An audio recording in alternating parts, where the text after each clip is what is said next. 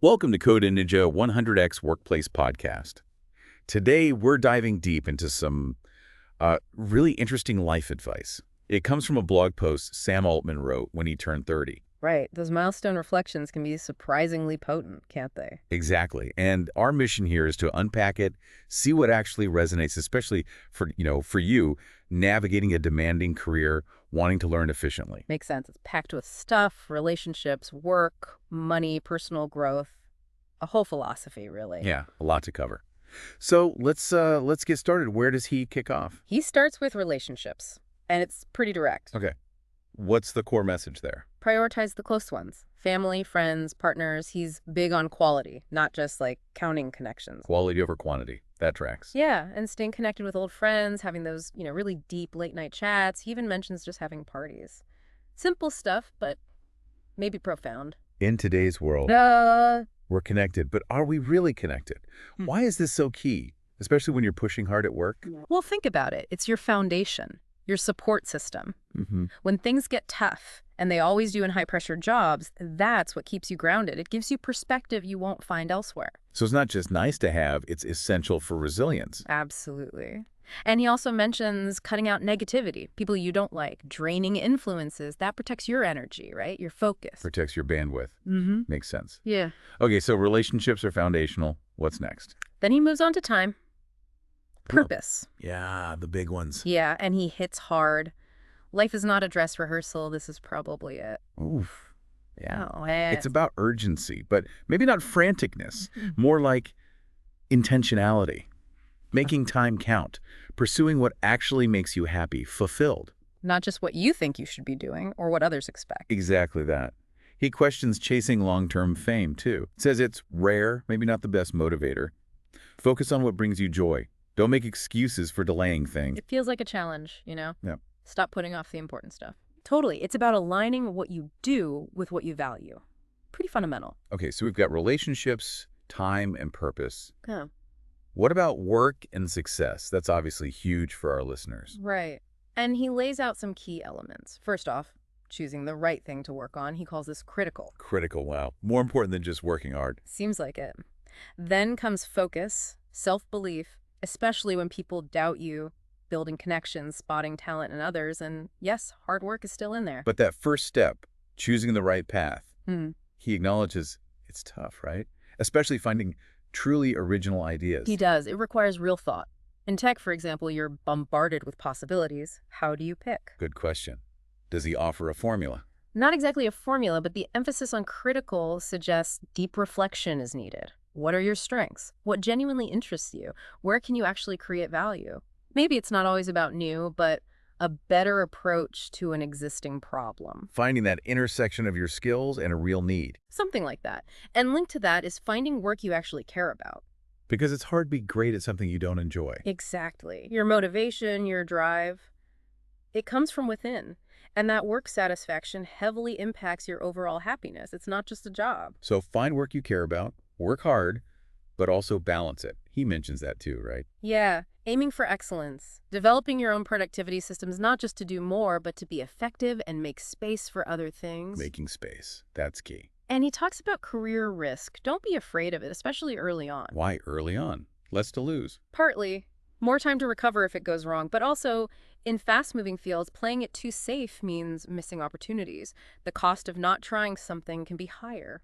Interesting. So calculated risks are encouraged. Seems so, though he also notes career choices can feel a bit random sometimes, which underscores the need for, thoughtful research and consideration. Don't just drift. Intentionality again.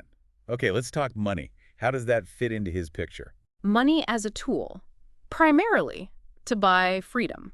Freedom? Yeah, freedom from stress, especially the basic, how do I pay the bills kind of stress, optionality. Makes sense. Less worry, more focus. Right. But he also flags the diminishing returns of extreme wealth.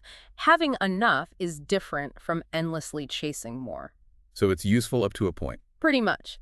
He does say earning it can be enjoyable in itself, though, and he has advice on spending it wisely. Oh, like what? On friends, experiences, things that save you time, travel, causes you believe in, things that enhance life, not just stuff. Experiences over possessions. Saving time. That resonates. How does money help you build that fulfilling life? It reduces friction. It lets you focus on the things we just talked about, relationships, meaningful work, growth. It enables experiences, but it's the enabler, not the point itself. Got it. Okay, moving on to mindset and habits. What stands out there? Communication's big, talking to people. Also shifting consumption, reading longer content, less scrolling through fleeting updates, less TV. So more depth, less noise. Right. In our world, that's a challenge. A huge challenge. It requires deliberate choices. He also stresses valuing time, especially in business. Don't waste it. And assertiveness. Yes, being assertive. Don't let people push you around. But importantly, differentiate that from arrogance. Confidence, not ego. Tricky balance sometimes. For sure, it's about self-respect and clear communication, fostering collaboration, not shutting it down. He also mentions goals, right? Daily, yearly. Yeah, having clear goals, short-term, long-term, even decade-long, gives you direction.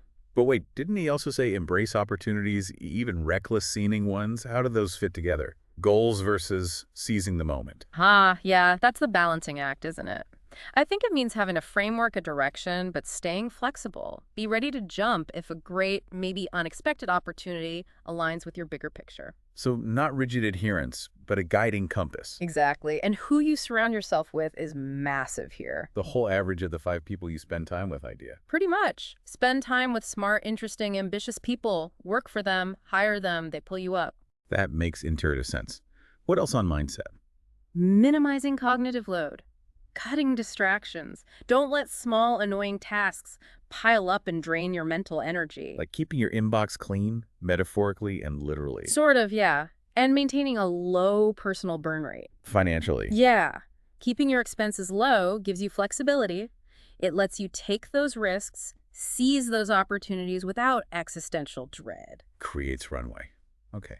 Lots of practical stuff there. What about personal growth, well-being, more holistic things? Definitely. Some are simple, like summers are the best. Just appreciating simple joys. I like that one. Me too. Then there's managing worry, recognizing most things are less risky than they feel. We're often too risk-averse. True.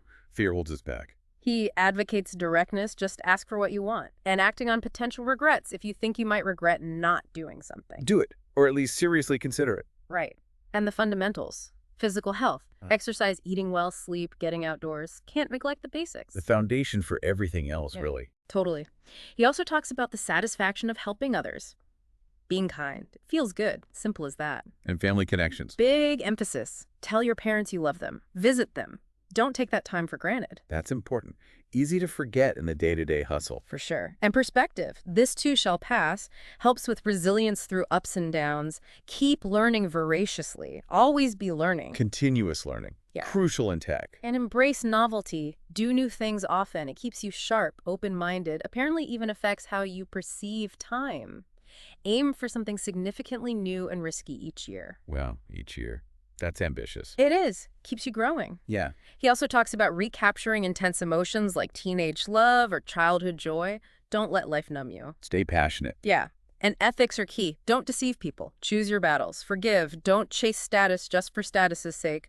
Find moderation. Moderation in all things, even ambition. Well, maybe moderation in everything, except maybe the drive itself. He acknowledges ambitious people often feel some existential angst, says it's normal, but don't let it consume you. Interesting. So acknowledge the angst, but don't wallow.